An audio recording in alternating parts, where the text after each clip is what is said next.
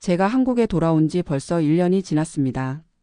30해 동안 미국에서 구슬땀 흘려 모은 재산으로 여유로운 노후를 보내려 했는데 지금 이 순간 제 손에는 국세청에서 온 세금 고지서가 들려 있어요. 금액을 보는 순간 눈앞이 캄캄해졌습니다. 연간 10억 원이 넘는 세금이라니 이게 말이 됩니까? 저는 올해 67살 정재훈이라고 합니다. 1987년 26살의 나이에 미국으로 건너가 30년을 살다가 작년에 한국으로 돌아왔어요. 미국에서는 로스앤젤레스 근교 토론스에서 한인마트를 운영했고 부동산에 투자해서 지금은 세 채의 집을 소유하고 있습니다. 모두 임대를 주고 있어서 매달 $8,000 정도의 임대 수입이 들어와요. 한국 돈으로 월 1,000만 원 정도죠. 미국에서는 이 정도면 충분히 여유로운 은퇴 생활을 할 수 있는 수준입니다. 그런데 한국에 와서 알게 된 사실은 이 임대 수입에 대해 한국에서도 세금을 내야 한다는 거였어요. 그것도 어마어마한 금액으로 말이에요. 처음 세무사를 만났을 때 들은 말이 아직도 귀에 맴돕니다. 사장님, 미국 임대소득이 연간 9천만 원 정도라고 하셨죠? 한국 거주자가 되시면 이 소득에 대해 종합소득세를 내셔야 합니다. 세율이 45%까지 올라갈 수 있어요. 그 순간 머릿속이 하얘졌어요.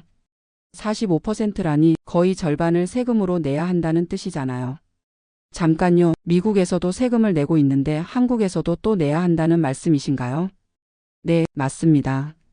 한국은 거주자의 전 세계 소득에 대해 과세하는 시스템이거든요. 다만 미국에서 낸 세금은 외국 납부세액 공제로 일부 차감받을 수 있습니다만 그래도 상당한 추가 세금이 나올 수밖에 없어요. 그때까지도 저는 이 정도일 줄은 몰랐어요. 설마 1년에 10억 원이 넘는 세금이 나올 줄이야. 사실 처음부터 이런 계획은 아니었습니다. 미국에 가게 된 것도, 부동산 투자를 하게 된 것도, 그리고 다시 한국으로 돌아오게 된 것도 모두 우연히 겹친 일이었어요. 1987년 저는 서울에서 작은 무역회사에 다니는 평범한 회사원이었습니다. 대학을 졸업하고 취직한 지 3년째 매달 받는 월급으로는 결혼 자금을 모으기도 빠듯했어요. 그때 회사에서 LA 지사 파견 기회가 생겼습니다. 처음에는 망설였어요. 낯선 땅에서 혼자 지내야 한다는 것도 두려웠고 무엇보다 약혼자였던 지금의 아내 미영이와 헤어져야 했거든요. 재훈아, 기회야. 2년만 다녀와. 그동안 나는 한국에서 기다릴게. 미영이의 격려가 없었다면 아마 못 갔을 거예요. 그렇게 26살에 처음 밟은 미국 땅, LAX 공항에서 나왔을 때의 그 막막함을 지금도 잊을 수 없습니다. 처음 2년은 정말 힘들었어요. 영어도 서툴렀고 한국에서 하던 업무와는 완전히 다른 일을 해야 했거든요. LA 지사는 한국 상품을 미국 한인 마트에 유통하는 일을 했는데 저는 주로 한인타운을 돌아다니며 마트 사장들을 만나는 영업 업무를 맡았습니다. 그런데 이 일을 하면서 한인 마트 사업에 대해 많이 알게 됐어요. 당시만 해도 LA 한인 인구가 급격히 늘어나던 시기라 새로운 마트들이 계속 생겨났거든요. 그리고 기존 마트들도 매출이 꾸준히 증가하고 있었고요. 2년 파견 기간이 끝날 무렵 회사에서 LA 지사 규모를 확대하면서 정식으로 이민을 제안했습니다. 미영이도 미국으로 와서 결혼하자고 했고요. 한국에서는 언제 집 한 채 마련할 수 있을지 모르겠어. 미국에서 몇 년 더 벌어서 종자돈을 모으자. 그렇게 결정을 내렸어요. 1989년에 미영이가 미국으로 와서 결혼을 했고 저희는 토론스의 작은 아파트에서 신혼생활을 시작했습니다. 그런데 1992년 회사가 갑자기 LA 지사를 철수한다고 발표했어요. 한국 경제가 어려워지면서 해외 투자를 줄인다는 이유였죠. 순간 앞이 막막해졌습니다.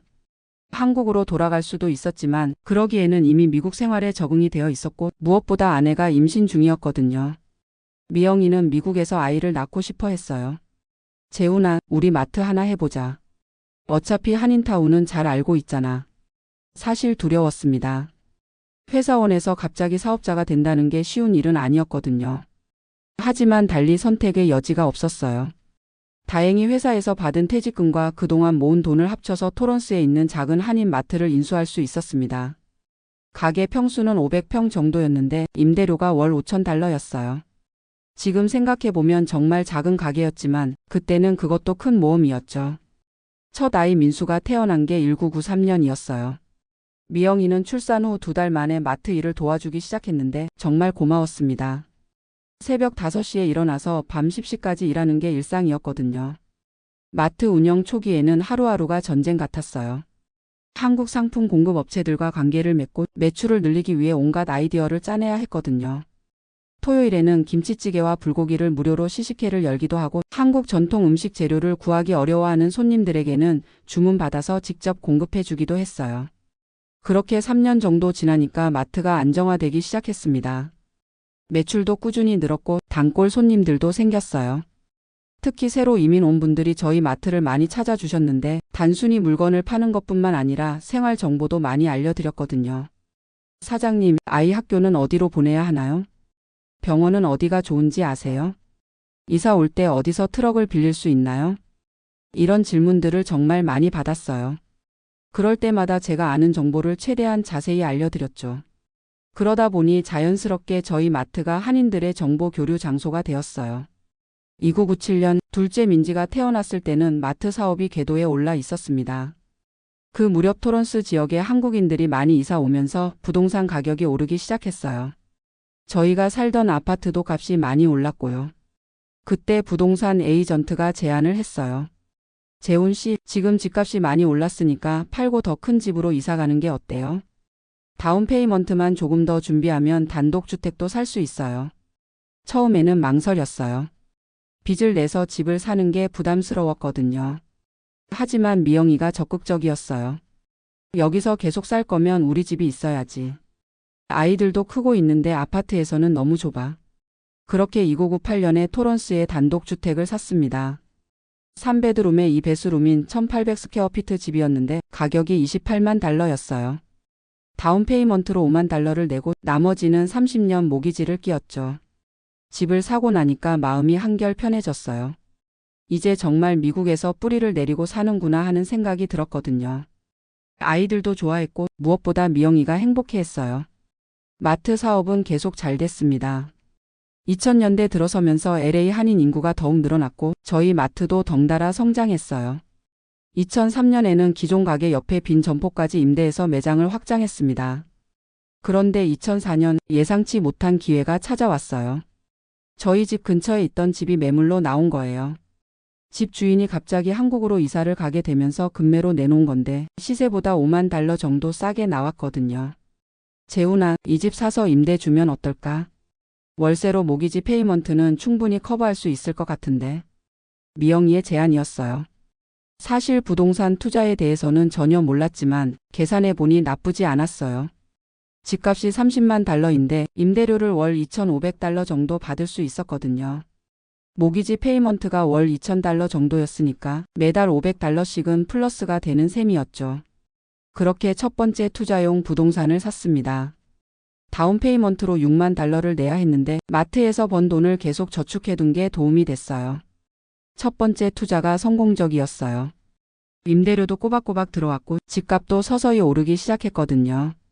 그러다 보니 부동산 투자에 대한 자신감이 생겼죠. 2007년 두 번째 기회가 왔어요. 이번에는 가디나 지역의 콘도였는데 역시 급매물이었어요. 집 주인이 이혼하면서 빨리 현금화해야 하는 상황이었거든요. 이번에는 좀 더 과감하게 투자했습니다. 가격이 40만 달러였는데 임대료를 월 3천 달러까지 받을 수 있었어요. 계산해 보니 수익률이 더 좋았거든요. 다운 페이먼트로 8만 달러를 내고 나머지는 역시 모기지를 끼웠습니다. 이번에도 임대는 금방 들어갔어요. 두 번째 투자도 성공하면서 저희 부부는 완전히 부동산 투자에 빠져들었습니다. 매주 부동산 매물 정보를 찾아보고 부동산 투자 관련 책도 읽고 세미나에도 참석했어요. 그런데 2008년 금융위기가 터졌죠. 집값이 폭락하기 시작했어요. 저희가 가지고 있던 세 채의 집값이 모두 떨어졌는데 특히 두 번째로 산 가디나 콘도는 구입 가격의 거의 절반까지 떨어졌어요. 재훈아, 이거 어떻게 하지?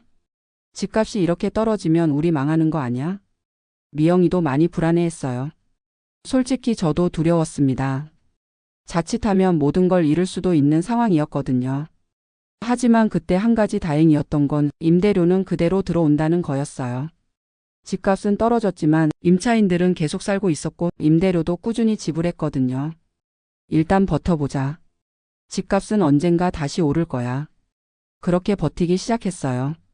다행히 마트 사업이 안정적이어서 생활에는 큰 지장이 없었고 임대료로 모기지 페이먼트는 충분히 감당할 수 있었거든요. 그리고 제 판단이 맞았어요. 2010년부터 집값이 서서히 회복되기 시작했고 2013년경에는 거의 원래 수준을 회복했습니다. 2015년부터는 오히려 이전보다 더 많이 올랐어요. 그 과정에서 세 번째 기회도 왔습니다. 2016년에 토론스에 또 다른 단독주택을 샀는데 이번에는 가격이 60만 달러였어요. 하지만 임대료도 월 3,500달러까지 받을 수 있었거든요. 세 번째 집을 사고 나니까 매달 들어오는 임대료만 거의 9,000달러가 됐어요. 모기지 페이먼트를 다 하고 나서도 월 2,000달러 정도는 순수입이 됐죠. 마트 사업 수입과 합치면 꽤 여유로운 생활을 할 수 있었어요. 그렇게 미국에서의 삶이 안정화되어 갔습니다. 아이들도 잘 자랐어요. 민수는 UCLA에서 컴퓨터 사이언스를 전공했고 졸업 후 실리콘밸리의 IT 회사에 취직했습니다. 민지는 USC에서 비즈니스를 전공하고 회계사가 됐어요. 2018년 민수가 결혼을 했어요. 신부도 한국계 미국인이었는데 정말 착하고 예쁜 아이였죠. 그리고 2020년에는 손자까지 얻었습니다. 그 무렵부터 저희 부부는 은퇴에 대해 본격적으로 생각하기 시작했어요. 마트 일이 점점 힘들어지기도 했고 무엇보다 나이가 들면서 체력이 예전 같지 않았거든요. 여보, 우리 이제 그만하고 쉬자. 임대료만으로도 충분히 살 수 있잖아. 미영이의 말이 맞았어요. 새 채 집에서 나오는 임대료만으로도 월 8,000달러 정도였고 여기에 소셜 시큐리티까지 받으면 노후 생활에는 전혀 문제가 없었거든요. 2021년에 마트를 정리했습니다. 30년 가까이 운영한 가게를 떠나는 건 아쉬웠지만 새로운 시작이라는 생각에 마음이 설레기도 했어요. 그런데 은퇴하고 나니까 또 다른 생각이 들기 시작했어요. 이제 고국으로 돌아가 볼까? 미국에서 30년을 살았지만 여전히 한국이 그리웠거든요. 특히 부모님이 돌아가신 후에는 그 그리움이 더욱 커졌어요. 아버지는 2015년에, 어머니는 2018년에 돌아가셨는데 임종을 지키지 못한 게 지금도 한이 됩니다. 여보, 우리 한국 가서 살까? 임대료는 어차피 미국 계좌로 들어오니까 상관없잖아. 미영이도 처음에는 좋아했어요. 손자도 생겼고 아이들도 모두 독립했으니까 자유로워진 거죠. 하지만 막상 구체적으로 계획을 세우려니까 고민이 생겼어요. 한국에서 살려면 집도 구해야 하고 의료보험도 다시 가입해야 하고 무엇보다 세금 문제를 확인해 봐야 했거든요. 그때는 미국 임대소득에 대한 한국 세금이 이렇게 많을 줄은 전혀 몰랐어요. 다만 혹시 모르니까 한국의 세무사에게 상담을 받아보자고 했죠. 2022년 여름 한국 여행을 겸해서 세무사를 만났어요. 강남의 한 세무법인이었는데 해외 거주자 세무 업무를 전문으로 한다고 했거든요. 미국에서 임대소득이 연간 9천만 원 정도 나온다고 하셨죠. 한국 거주자로 전환하시면 이 소득에 대해 종합소득세를 내셔야 합니다. 얼마 정도 나올까요? 소득 구간상 세율이 35%에서 45% 사이가 될 것 같은데 대략 연간 3천만 원에서 4천만 원 정도 예상됩니다. 그때는 연간 4천만 원 정도면 할만하지 하고 생각했어요. 임대소득이 9천만 원인데 세금이 4천만 원이면 실수령액이 5천만 원 정도 되니까 나쁘지 않았거든요. 하지만 지금 생각해보면 그 세무사도 정확히 계산하지 못했던 것 같아요. 아니면 제가 설명을 제대로 하지 못했던 걸 수도 있고요. 어쨌든 그때 받은 상담을 바탕으로 귀국을 결정했습니다. 2023년 봄부터 본격적인 준비를 시작했어요. 먼저 한국에서 살 집을 알아봤습니다. 서울 강남이나 강북은 너무 비쌌고 결국 경기도 분당에 아파트를 계약했어요. 34평 규모인데 전세금이 8억 원이었거든요. 미국 집 한 채를 팔아서 한국에서 살 돈을 마련하려고 했는데 그러면 임대소득이 줄어들잖아요. 그래서 결국 세 채 모두 그대로 두고 임대를 계속하기로 했습니다. 한국 의료보험도 알아봤어요. 다행히 해외 거주 기간이 길어도 다시 가입할 수 있었고 보험료도 생각보다 크지 않았어요. 2023년 가을 드디어 한국으로 돌아왔습니다. 30년 만에 완전한 귀국이었어요. 인천공항에 내렸을 때의 그 감격은 지금도 생생해요. 분당 아파트로 이사하면서 새로운 생활을 시작했습니다. 미국과는 완전히 다른 환경이었지만 그래도 고국이라는 안도감이 있었어요. 한국 생활도 생각보다 빨리 적응됐어요. 분당은 생활하기 편리했고 지하철로 강남이나 서울 시내를 쉽게 갈 수 있었거든요. 무엇보다 한국어로 모든 생활을 할 수 있다는 게 편했어요. 미국 임대료도 계속 잘 들어왔습니다. 코로나 팬데믹 때문에 잠깐 걱정했지만 다행히 임차인들이 모두 월세를 잘 내주었어요. 매달 미국 계좌로 $8,000가 들어오고 이걸 한국 계좌로 송금받으면 한 달 생활비로는 충분했죠. 그런데 올해 초 세무서에서 세금 신고를 하러 갔을 때 충격적인 사실을 알게 됐어요. 미국 임대소득이 연간 얼마나 되시나요? $8,000씩 12달이니까 $96,000 정도요. 한국 돈으로는 1억 3천만 원 정도 됩니다. 그러면 세금이 상당히 많이 나올 것 같은데요. 담당 공무원이 계산기를 두드리더니 말했어요. 대략 5천만 원에서 6천만 원 정도 예상됩니다. 그때도 놀랐지만 아직 정확한 계산은 아니었어요. 세무사에게 정식으로 의뢰해서 세금 신고를 하기로 했거든요.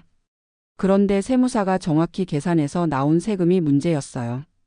사장님, 미국 임대소득이 1억 3천만 원이면 종합소득세율 45%가 적용됩니다. 여기에 지방소득세까지 포함하면 49.5%예요. 계산해 보니 약 6,500만 원이 나옵니다. 6,500만 원이요? 그럼 실제로 받는 돈은 6,500만 원밖에 안 되는 거네요. 아직 끝이 아닙니다. 미국에서 납부한 세금은 외국 납부세의 공제로 차감받을 수 있긴 한데 미국 세율이 한국보다 낮아서 공제받을 수 있는 금액이 제한적이에요. 미국에서 내신 세금이 얼마나 되시나요? 연방세와 주세 합쳐서 대략 $20,000 정도요. 한국 돈으로 2,700만 원 정도 됩니다. 그러면 외국 납부세의 공제로 2,700만 원은 차감받을 수 있어요. 최종 한국 세금은 3,800만 원 정도 나올 것 같습니다. 그래도 3,800만 원이라니 실수령액이 7,500만 원 정도 되는 셈이었어요. 처음 상담 받았을 때보다는 많았지만 그래도 감당할 만한 수준이라고 생각했거든요. 하지만 진짜 문제는 따로 있었어요. 그런데 사장님, 또 다른 문제가 있습니다. 사장님이 가지고 계신 미국 부동산의 가치가 얼마나 되는지 아세요? 글쎄요. 정확히는 모르겠는데 전체적으로 $200만 정도 될 것 같아요. 문제는 여기에 있어요. 한국 거주자가 되시면 해외 부동산도 재산세 과세 대상이 됩니다. $200만 한국 돈으로 약 27억 원인데 이 금액에 대해 종합부동산세를 내셔야 해요. 종합부동산세요? 그게 얼마나 나오는데요? 세무사가 다시 계산기를 두드렸어요. 종합부동산세는 누진세율이 적용되는데 27억 원이면 최고세율 구간에 해당합니다. 대략 7억 원에서 8억 원 정도 나올 것 같아요. 그 순간 머릿속이 하얘졌어요. 7억 원에서 8억 원이라니 이게 말이 됩니까? 잠깐요. 그러면 종합소득세 3,800만 원에 종합부동산세 7억 원을 더하면 연간 총 세금이 7억 3,800만 원 정도 됩니다. 세상이 캄캄해졌어요. 임대소득이 1억 3천만 원인데 세금이 7억 원이 넘는다니 이건 완전히 적자잖아요. 이게 정말 맞는 계산인가요?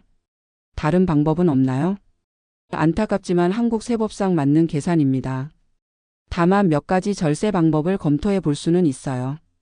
세무사는 몇 가지 대안을 제시했습니다. 첫 번째는 미국 법인을 만들어서 부동산을 법인 명의로 이전하는 방법이었어요. 하지만 이 경우에도 법인세와 개인소득세를 이중으로 내야 해서 세금 부담이 크게 줄어들지 않았고 무엇보다 부동산을 법인으로 이전할 때 양도소득세가 발생한다고 했어요. 두 번째는 한국 거주자 신분을 포기하는 방법이었습니다. 즉, 다시 미국으로 돌아가거나 제3국에서 거주하는 거죠. 하지만 이미 한국에서 생활 기반을 만들어 놓은 상황이라 쉽지 않았어요.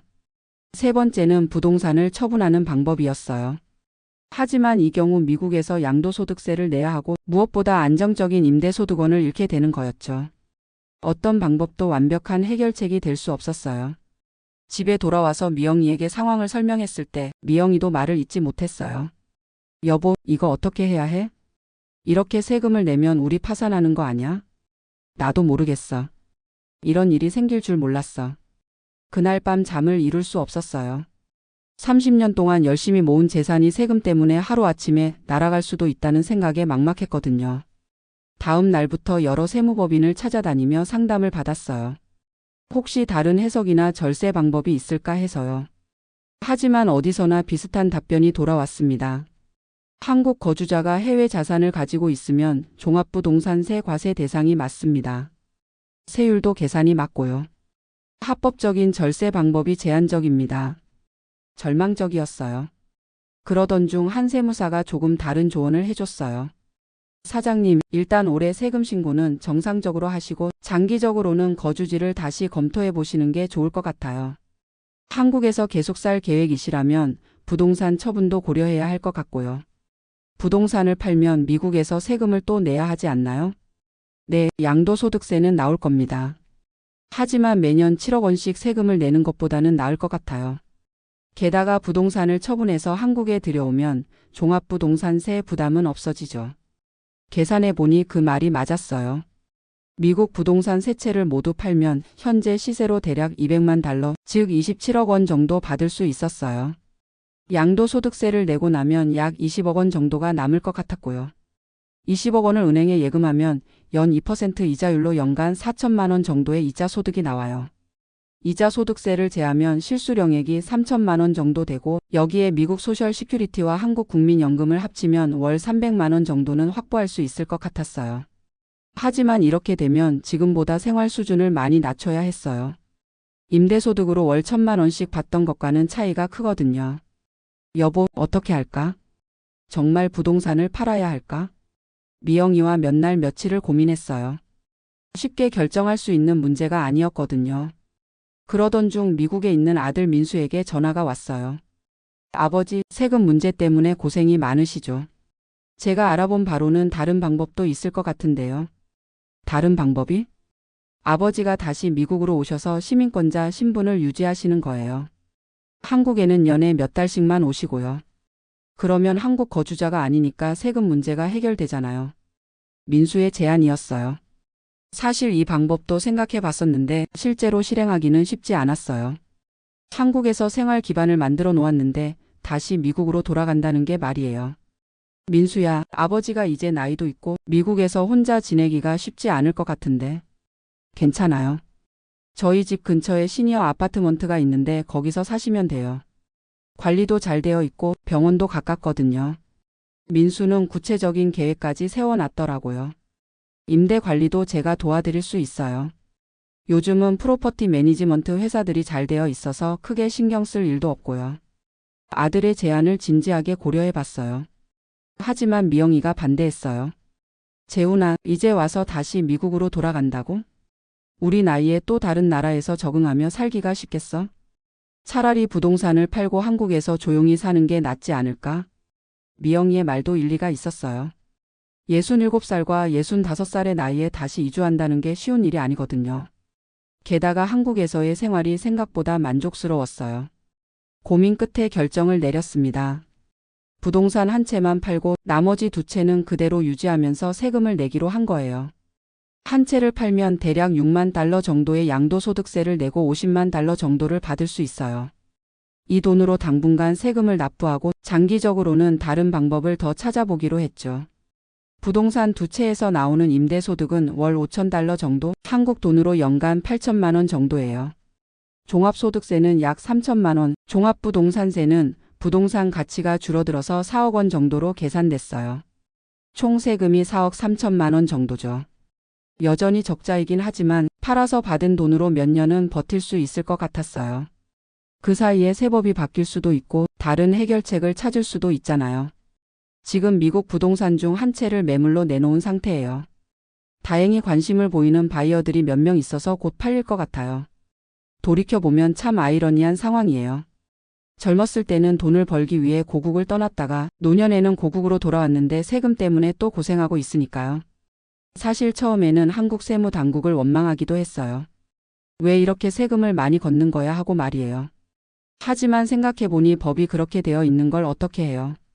제가 미리 알아보지 못한 게 잘못이죠. 지금은 마음을 정리했어요. 비록 경제적으로는 손해를 보지만 고국에서 사는 것 자체가 주는 만족감이 있거든요.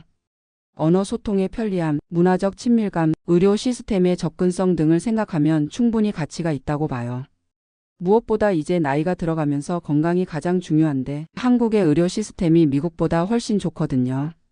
국민건강보험으로 의료비 부담도 적고 병원도 쉽게 갈 수 있어요.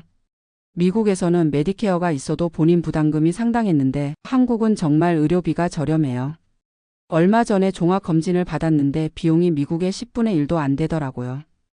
또 하나 좋은 점은 대중교통이에요. 미국에서는 어디를 가려면 무조건 차를 운전해야 했는데 한국은 지하철과 버스가 잘 되어 있어서 편리해요. 나이가 들면 운전이 위험할 수도 있는데 한국에서는 그런 걱정이 없죠. 문화생활도 훨씬 풍부해요. 분당에서 강남까지 지하철로 30분이면 가는데 거기서 연극도 보고 콘서트도 가고 미술관이나 박물관도 자주 다녀요. 미국에서는 이런 문화시설이 멀거나 비쌌거든요. 이웃 관계도 다르고요. 미국에서는 10년을 살아도 이웃과 인사만 하고 지냈는데 여기서는 아파트 단지 내에서 여러 모임도 있고 같은 연배 분들과 교류할 기회가 많아요. 미영이는 요가 동호회에도 가입하고 독서 모임에도 참여하고 있어요. 음식도 마찬가지예요. 미국에서는 한국 음식을 먹으려면 한인타운까지 가야 했고 가격도 비쌌거든요. 여기서는 집 앞 시장에서 신선한 재료를 쉽게 구할 수 있고 외식도 다양하게 할 수 있어요. 이런 것들을 생각하면 세금을 많이 내더라도 한국에서 사는 게 맞는 것 같아요. 돈이 전부는 아니잖아요. 다만 앞으로 귀국을 준비하는 분들에게는 꼭 말씀드리고 싶어요. 세금 문제를 미리미리 정확히 알아보라고요.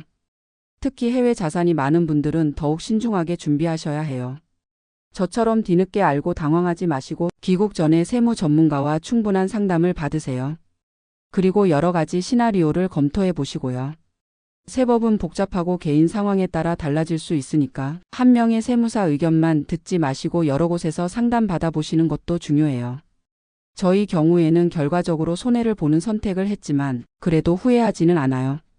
30년 만에 돌아온 고국에서의 생활이 주는 만족감이 크거든요. 매일 아침 일어나서 한국어로 뉴스를 보고 한국 음식을 먹고 한국 사람들과 자연스럽게 대화할 수 있다는 게 얼마나 좋은지 몰라요. 손자도 곧 한국에 놀러 올 예정이에요. 민수 가족이 여름 휴가 때 한국 여행을 계획하고 있거든요. 할아버지가 살던 나라를 보여주고 싶다고 해서 정말 기대돼요. 지금은 미국 부동산 한 채를 파는 절차를 진행하면서 앞으로의 계획을 세우고 있어요. 당분간은 세금을 내면서라도 한국에서 살 생각이고 장기적으로는 나머지 부동산도 처분할지 고민 중이에요. 어쨌든 제 경험이 비슷한 상황에 있는 분들께 조금이나마 도움이 되었으면 좋겠어요. 귀국은 단순히 돈으로만 계산할 수 있는 문제가 아니거든요. 삶의 질, 가족과의 관계, 건강, 문화적 만족감 등 여러 요소를 종합적으로 고려해야 해요. 저는 비록 경제적으로는 손해를 봤지만 전체적으로는 만족스러운 선택이었다고 생각해요. 고국에서 보내는 노후가 주는 안정감과 행복감은 돈으로 살 수 없는 거니까요.